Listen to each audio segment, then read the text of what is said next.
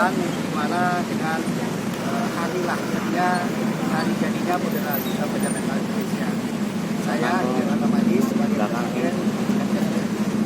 Nah, FSPI dengan elemen yang lainnya adalah inisiator atau pelanjut daripada Partai Buruh. Maka aksi kami juga mulai hari ini dan seterusnya juga akan selalu bersama dan dikomandoi oleh partai.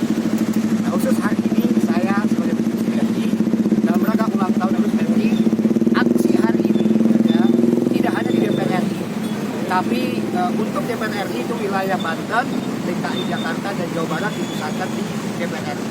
Di luar provinsi itu ada 27 provinsi, mereka aksi di wilayah masing-masing. Dari RI, kemudian dari Sumatera Utara, kemudian Riau, Jambi, Bengkulu dan seterusnya sampai ke Gorontalo dan Sulawesi Selatan. Ya. Nah, isu yang kami angkat adalah bahwa pertama terkait dengan perlindungan pekerja OSPLN atau outsourcing di BUMN.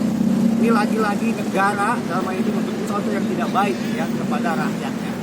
Contoh di teman-teman OSPLN, mulai 2022 kemarin itu upahnya dia turun. Kemudian status ahli dayanya juga semakin tidak jelas. Yang ada yang lebih parah lagi adalah bahwa ketika si pelanggan ya bulan itu dia tidak mampu bayar, maka si bagian pencatatannya itu harus membayar. Karena kebijakan manajer area, dia dalam setiap bulan itu harus nihil. Dalam artian tidak ada yang menunggak. Ini kan ironis sekali. Sudah upahnya turun, kemudian statusnya tidak jelas, kemudian juga ketika ada yang berhutang atau menunggak, dia harus melunasi.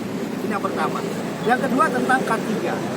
Kasus di Morowali yang kemarin terjadi sampai rusuh itu, ya, itu diawali dengan asbabnya ada 2 orang yang meninggal di dalam di atas tungku, dia bekerja di atas tren, di bawahnya tungku, jatuh, meninggal ya karena terbakar. Dan juga ditambah dengan banyak hak-hak pekerja lain yang tidak dipenuhi. Nah, jadi kami meminta ya, dalam kesempatan ini tentang K3 ya. K3 kami minta betul-betul harus diperhatikan. Dalam ini tentu Kemenaker ya sebagai tupoksinya. Kemudian juga perlindungan terhadap pekerja lokal. Lagi-lagi ya salah satu kasus di Morowali itu kenapa terjadi sampai kerusuhan? Karena sangat timpang sekali. Pekerjaan yang sama, jobnya sama antara pekerja lokal pribumi Indonesia dengan tenaga kerja asing, saya sebut saja Cina, itu beda sekali kesejahteraan. Kita manusia punya hati, punya pikiran, tentu akan timbul rasa kecemburuan. Nah, terakhir adalah terhadap perlindungan pekerja di perkebunan. Nah, ini lagi-lagi Indonesia dikenal dengan hasil ya, tertingginya tentang minyak goreng itu. Tapi ironis sekali para pekerja di perkebunan itu hak-haknya jauh daripada jangankan sejahtera, normatif saja mereka nggak terpenuhi. Bahkan ada istilah sistem kerjanya target. Misalkan target per hari dia harus mengunduh itu buah kelapa sawit itu 1 ton. Nah, ketika si karyawan itu tidak sanggup atau tidak tercapai dalam 1 hari 1 ton, maka diwajibkan atau diharuskan bagaimana caranya dapat 1 ton. Karena si karyawan itu tenaganya sudah habis, sudah lelah, maka diambil keluarga, diambil saudaranya untuk membantu supaya target 1 ton itu kan tercapai. Ini ironis sekali. Udah upahnya jauh di atas rata-rata. Terakhir, kami mendengar ada draft rancangan undang-undang tentang Omnibus Law Kesehatan. RUU Omnibus Law Kesehatan. Isinya adalah akan mereduksi tentang undang-undang BPJS, ketenagakerjaan dan juga BPJS Kesehatan. Ini sangat bahaya sekali buat kami, para pekerja khususnya dan saya yakin ke masyarakat umum. Karena kan ingat, BPJS Kesehatan itu sudah mencakup masyarakat umum.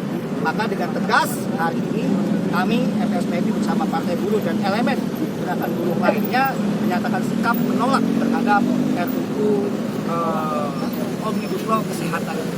Insya Allah masa hari ini tidak kurang dari 5.000 ya, berasal dari Banten, DKI dan Jawa Barat. Demikian saya Idin Hatamadi sebagai Presiden FSPI. Selanjutnya Presiden Partai. Terima kasih kawan-kawan semua. Pada hari ini saya ingin menambahkan apa yang disampaikan oleh Idin Hatamadi, Presiden Federasi Serikat Pekerja FSPI, yang berkenaan dan bertepatan dengan hari ulang tahun FSPI yang ke-4. Partai Buruh bersama FSPI akan menyuarakan selain yang disampaikan secara sektoral oleh Presiden Megawati, Partai Buruh menyampaikan tiga hal. Satu, isu tentang menolak isi Perpu Cipta Kerja atau akan membahas RUU Omnibus Law Cipta Kerja. Karena informasi yang kami terima, besar kemungkinan mayoritas fraksi di DPR akan menerima Perpu yang sudah diserahkan oleh pemerintah tentang Omnibus Law Cipta Kerja. Yang kedua, kami menolak RUU Kesehatan, Omnibus Law, RUU Kesehatan. Dan yang ketiga adalah Partai Buruh bersama elemen gerakan serikat buruh meminta disahkannya rancangan undang-undang perlindungan pekerja rumah tangga terhadap isu menolak isi Perpu atau RUU Omnibus Law Cipta Kerja yang akan dibahas oleh DPR dengan diterimanya Perpu dari pemerintah tersebut. Partai Buruh bersama SPMI dan elemen gerakan lain akan melakukan aksi terus menerus akan dilakukan aksi di seluruh wilayah Republik Indonesia. Pada hari ini hampir 50 kota-kota yang melakukan aksi yang bersamaan. Dan tadi sudah disampaikan ribuan terlibat di dalam. Bila mana DPR RI menerima isi Perpu kemudian dijadikan sebuah produk undang-undang, maka secara bersamaan Partai Buruh langsung melakukan gugatan judicial, baik secara uji formil maupun material. Karena proses di mana DPR menerima Perpu undang-undang tidak melibatkan public hearing atau publik. Walaupun sudah dibenarkan dalam Undang-Undang P3 bahwa Omnibus Law menjadi salah satu bentuk produk hukum, tetapi proses uji publik itu tidak dilakukan.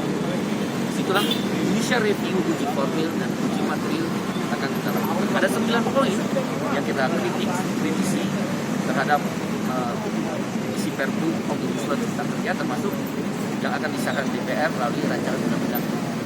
Satu adalah tentang upah murah, karena format upah bisa berubah kapan saja tergantung pemerintah, dan ada indeks harga tertentu yang menurut kami itu agak aneh. Saya juga menikmati keputusan Badan Perserikatan Bangsa-Bangsa seluruh dunia itu nggak ada namanya indeks tertentu dalam upah. Itu upahnya dua. Satu, kalau pakai makroekonomi inflasi plus pertumbuhan ekonomi. Kalau pakai standar living cost atau kita kenal di sini KHR, maka harus survei pasar. Di luar itu tidak ada. Nah, satu-satunya di Indonesia bisa ada indeks tertentu. Dua, masalah outsourcing. Negara sekarang jadi agen outsourcing, lebih jahat lagi negara. Karena nanti negara dalam hal ini pemerintah yang menentukan mana boleh di outsourcing, mana tidak boleh. Dengan agen. Bahaya sekali negara ini dalam RUU maupun RUU. Ketiga adalah pesangon terlalu rendah. Karena sekarang bisa dipecat, bisa seperti JDI, Shopee, Blibli, Tokopedia, GoTo, pengamat digital ekonomi, dan beberapa perusahaan yang teman-teman bisa lihat di Gomart tidak akan relokasi.